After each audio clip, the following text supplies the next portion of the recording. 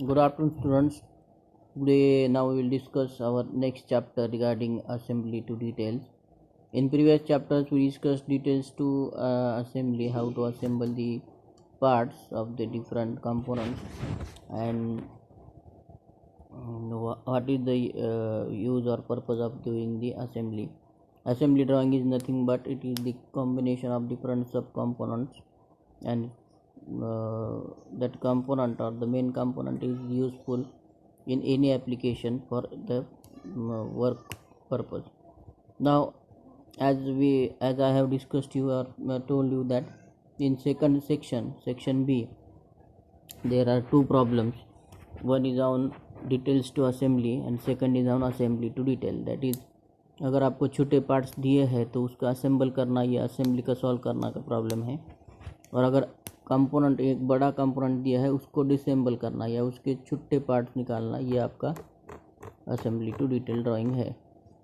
तो ये 25-25 मार्क के आएंगे आपको, और में आएगा ये question, either you have to solve assembly to detail or details to assembly with proper naming and dimensions. तो ये 25 मार्क्स का क्वेश्चन आपको सेक्शन बी में आएगा, और रिमेनिंग 15 मार्क्स का क्वेश्चन आपको conventional representation which is the compulsory, जो 15 मार्क्स के लिए आएगा। Now today we will discuss about the assembly to detail drawing, what are these drawings and how these drawings are to be drawn. So there are some important questions or important aspects of this subject or of this topic.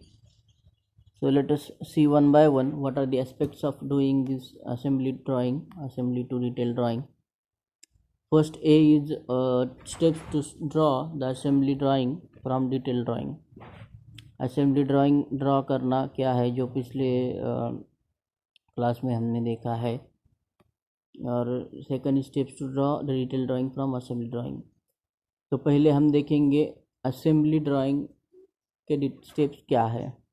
अगर आपको different parts दिए हैं तो वो कैसे निकालने हैं, उसको एक असेंबल कैसे करना। Now first point in this chapter you have to understand the purpose. First is important one, understand the purpose, principle of operation and field of application of the given machine. As I told you in previous some points that you have to take in mind that what is the application of the given component, वो कहाँ use होता है component. जैसे कि screw Jack का हमने एक problem देखा था, screw jack is use to lift up the different weighted components from the at some required level or required height। वैसे ही आपको उसका यूज़ पता चला तो आपको असेंबल करना बहुत इजी जाता है, मतलब कौन सा पार्ट किस में फिट होता है, कौन सा बोल्ट किस में फिट होता है, ये आपको पता चलता है असेंबली ड्राइंग। तो first end most important point is understand the purpose, what is the principle of operation end field of application of the given machine in assembly drawing from detail. Next, this will help in understanding the function requirements of individual parts and their location. जैसे अभी मैंने आपको बताया, ये आपको क्या मदद करेगा, इसकी वजह से आपको उसका फंक्शन कैसा होता है उस कंपोनेंट का या पार्ट का, एंड इंडिविजुअल पार्ट्स कौन सा पार्ट किस में लगने वाला है या कहाँ लगने वाला है, ये आपको पता चलेगा, उसका एग्जैक्ट लोकेशन पता चलेगा अगर उसका एप्लीकेशन आपको पता है तो। So this is most important point, understand the purpose, principle of operation and field of application of a given machine. This will help you in understanding the functional requirements of the individual parts and their location. Second and the most important point is examine thoroughly the external and internal features of the individual parts. अगर अब आपको जो part है उसको examine करना है।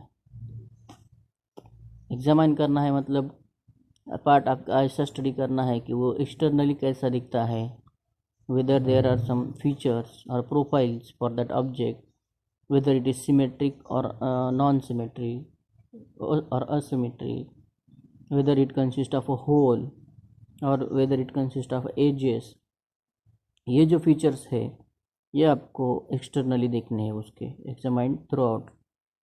Externally आपने अगर वो स्टडी किया तो भी आपको वो पता चलेगा कि क्या है।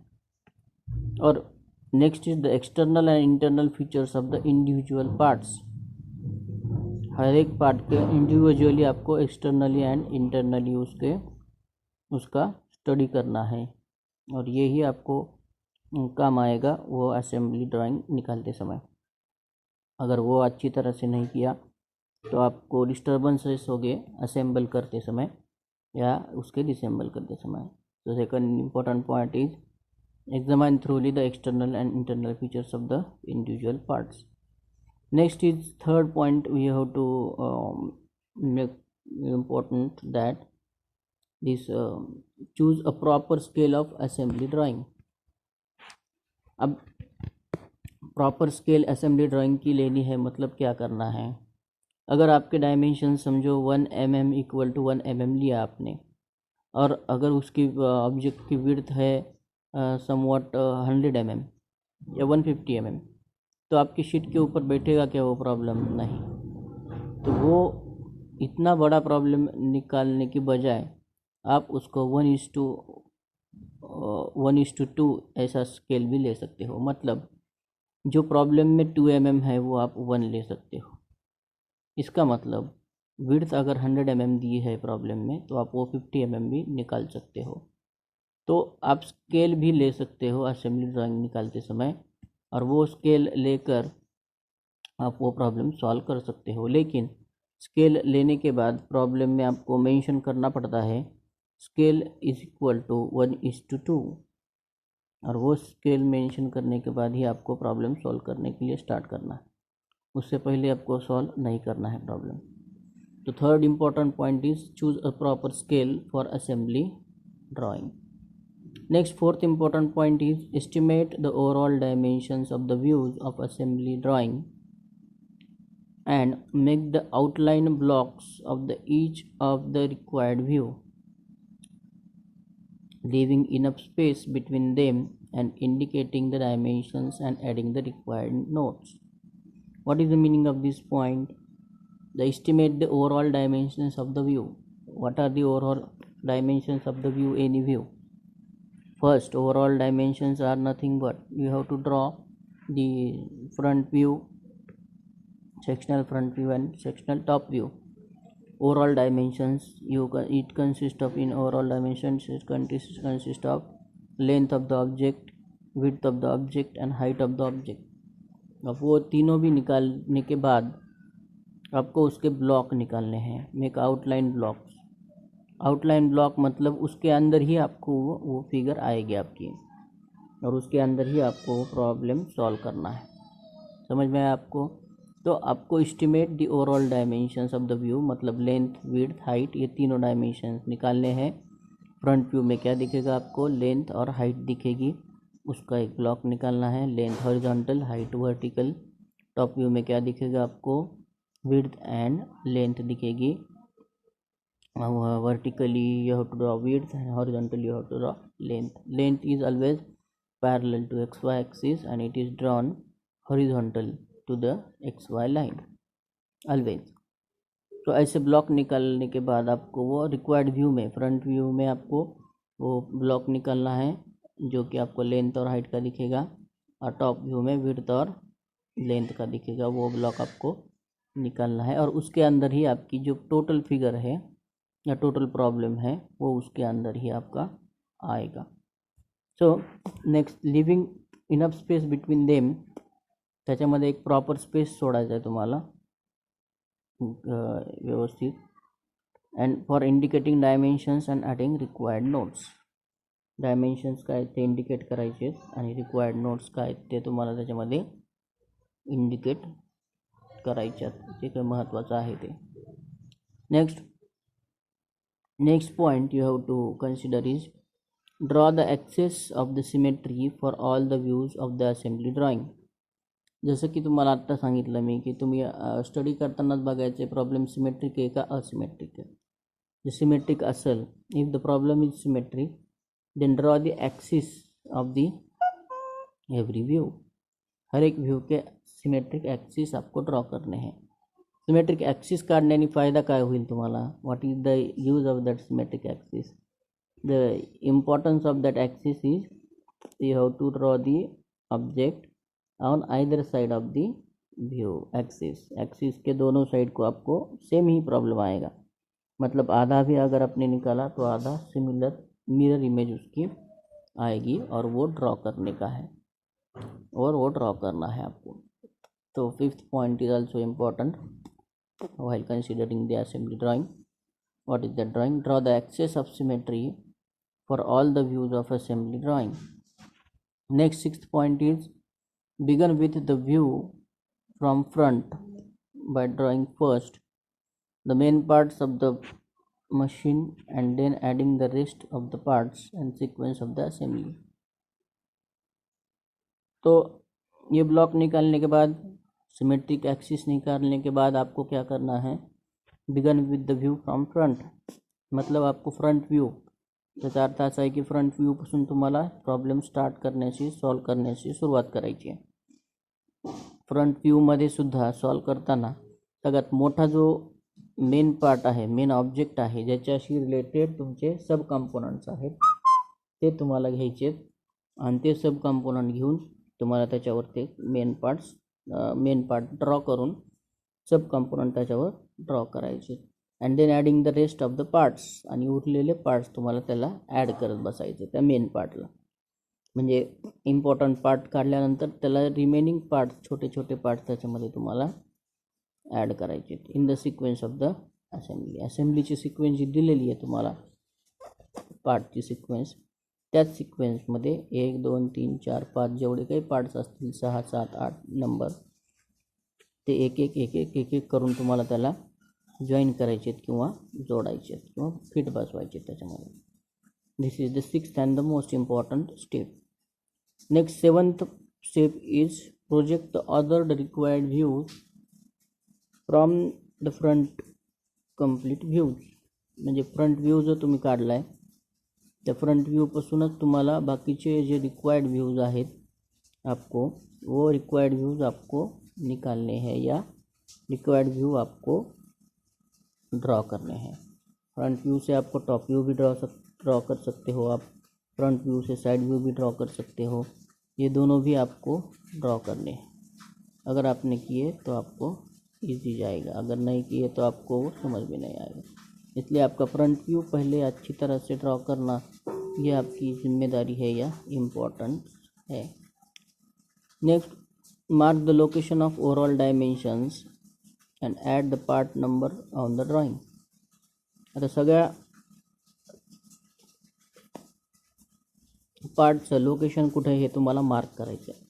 समजा फर्स्ट पार्ट कुठे आहे त्याचं फर्स्ट नाव द्यायचं आहे, सेकंड पार्ट कुठे आहे तुमचं त्याला सेकंड नाव द्यायचं आहे, थर्ड पार्ट कोणतं आहे त्याला थर्ड नाव द्यायचं आहे, फोर्थ कोणता आहे तो फोर्थ नाव द्यायचं आहे. असं प्रत्येक लोकेशन पार्टला तुम्हाला नाव द्यायचं आहे.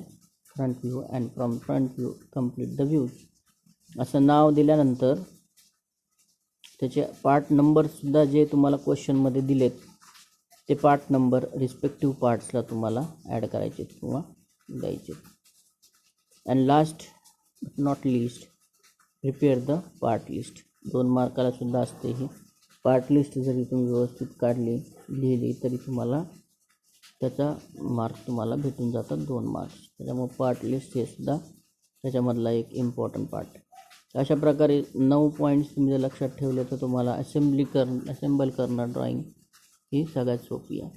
ना आता त्याच्या उलटं रिव्हर्स इंजिनिअरिंग म्हणतो आपण ज्याला, की reversely steps to draw the part or detail drawing from assembly कसे करायचे. तो त्याचे काही स्टेप्स आहेत, त्यासुद्धा स्टेप्स आपल्याला बघायच्या आहेत. First step is to understand the assembly drawing थ्रूली.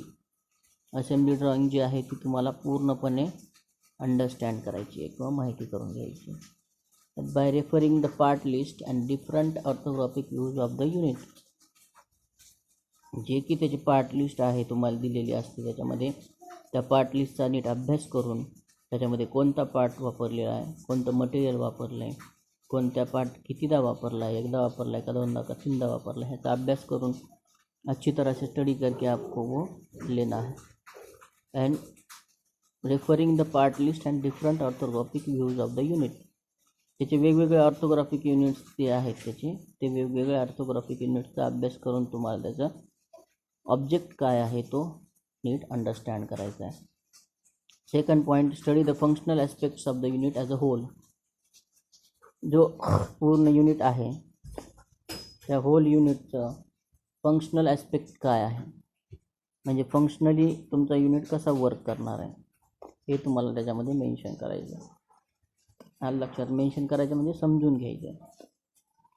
जर हे सगळे पार्ट 7, 8 जे काही नंबर असतील पार्टचे ते असेंबल करून जर ते वर्कमध्ये आणलं आपण तर त्याचं काम कसं चालणार आहे हे जर तुम्हाला कळालं तर निश्चित हा जो पार्ट आहे हा सुद्धा तुम्हाला लक्षात येईल. This will enable to understand the arrangements of the part. त्यांनी काय होणार आहे त्याचे फंक्शनल ॲस्पेक्ट्स समजून घेण्याने काय होणार आहे तर त्याच्यामुळे तुमचं अरेंजमेंट्स ऑफ द पार्ट्स, वेगवेगळ्या पार्ट्सची अरेंजमेंट कशी आहे आणि ते पार्ट्स वर्क कसे होतात एकत्रपणे ह्याची तुम्हाला अभ्यास होईल. त्यामुळं सेकंड पॉईंटसुद्धा महत्त्वाचाच आहे. Study the functional aspects as a unit as a hole.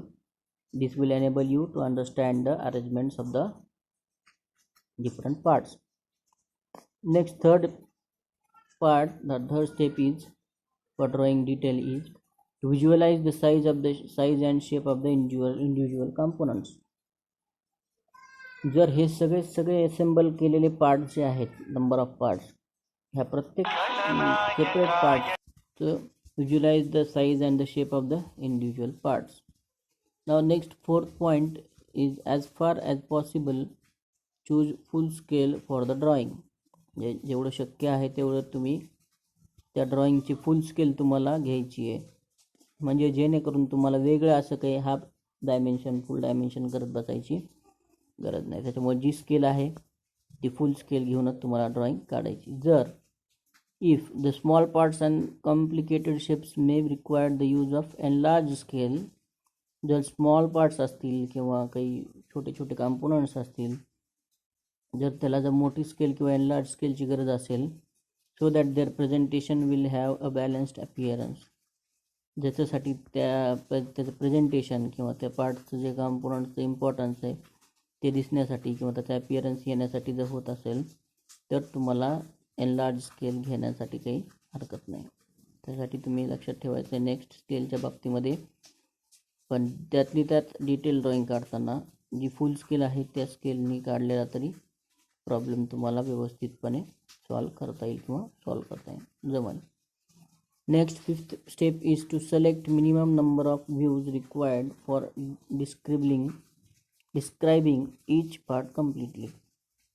प्रत्येक पार्ट कंप्लीट समजून सांगण्यासाठी त्याचे कमीत कमी व्ह्यूज घेतले तरी तुम्हाला चालते. त्याला काही सगळ्याच व्ह्यू काढावं असं काही इम्पॉर्टन्स नाही आहे.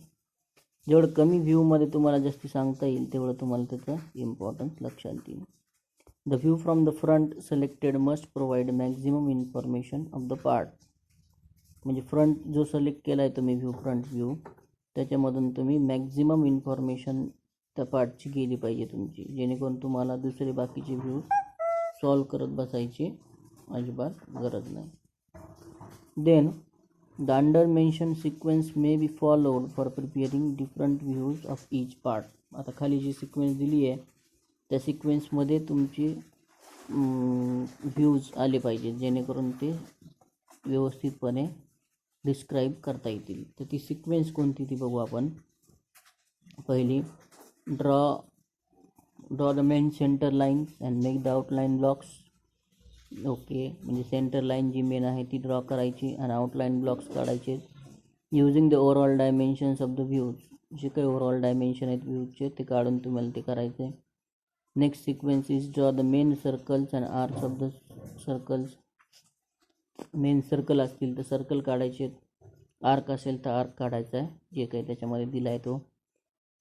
Draw the main outline and add all the internal features.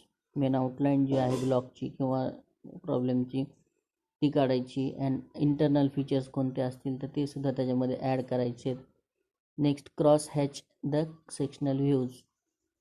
Sectional views असतील तर त्याला क्रॉसली तुम्हाला हॅशिंग लाईन्स द्यायचे आहेत.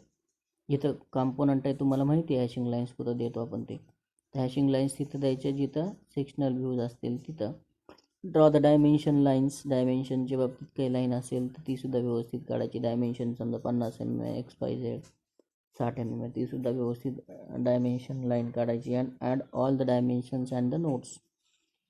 जे काही डायमेन्शन असतील ते काढायचे आहेत. आणि नोट्स म्हणजे सरफेस रफनेस किती आहे किंवा अजून त्याचा पार्ट कोणता आहे, कंपोनंट कोणता आहे, हे सगळं त्याच्यामध्ये ॲड करायचं. सो ही सिक्वेन्स तुमची फॉलो झाली पाहिजे असेंबली ड्रॉइंग डिटेल ड्रॉइंग काढताना. म्हणजे पहिली म्हणजे सेंटर लाईन काढायची, सेकंड म्हणजे सर्कल्स आणि आर्क काढायचे, थर्ड म्हणजे आउटलाईन आणि इंटरनल फीचर्स काढायचे, फोर्थ म्हणजे क्रॉस हॅचिंग लाईन्स काढायच्यात व्यवस्थितपणे. नेक्स्ट फिफ्थ म्हणजे draw the dimension lines and add all the dimensions and the note त्या तुम्हाला त्याच्यामध्ये काढायच्यात. Seventh is check the dimensions of the mating parts. Mating पार्ट्सचे डायमेन्शन्स बरोबर आहेत का हे पूर्णपणे पुन्हा प्रॉब्लेममध्ये जाऊन किंवा क्वेश्चनमध्ये जाऊन तुम्हाला चेक करायचे. जर बरोबर असतील तर ओके, नसेल तर परत व्यवस्थित काढायचे. तर आणि last but not list again prepare the part list. Part list तुम्हाला त्याची प्रिपेअर करायची. पार्ट लिस्टमध्ये कॉलम सिरियल नंबरचा, दुसरा कॉम्पोनंटचा नेम, तिसरं मटेरियल यूज्ड आणि चौथा कॉलम असेल क्वांटिटी यूज्ड. किती एक नंबर एक वापरला आहे का दोन. कधी कधी आपण नट बोल्ट असतील त्याचे ते 2-3 वापरतो, 4 वापरतो, सिमिलर असले तरी. तर मग तशी क्वांटिटी तुम्हाला त्याच्यामध्ये मेन्शन करावं लागतं. तर अशा प्रकारे डिटेल ड्रॉइंग जर दिली असेल तर त्याची तुम्हाला असेंब्ली करायची असेल किंवा असेंब्ली दिली असेल त्याची तुम्हाला डिटेल काढायची असेल, याचे दोन्ही प्रकारचे आपण प्रॉब्लेमचे स्टेप्स बघितल्या सॉल्व करायच्या. याच्यामध्ये असेंबल पार्ट्सचे आपण बघितलेले प्रॉब्लेम काही आपले डिटेल पार्टचे राहिले ते लवकरच आपण बघूयात. अपेक्षा आहे तुम्ही मागं तुम्हाला दिलेले जे होमवर्कचे प्रॉब्लेम्स आहेत ते कंप्लीट केले असतील. काही अडचण असेल तर मला बिनधास्त विचारू शकता. मला फोन करा, पर्सनली कॉल करा, व्हॉट्सअपवर मला मेसेज करा. मी तुम्हाला कोणत्याही प्रकारचा प्रॉब्लेम सॉल्व करण्यामध्ये अवश्य मदत करेन. धन्यवाद.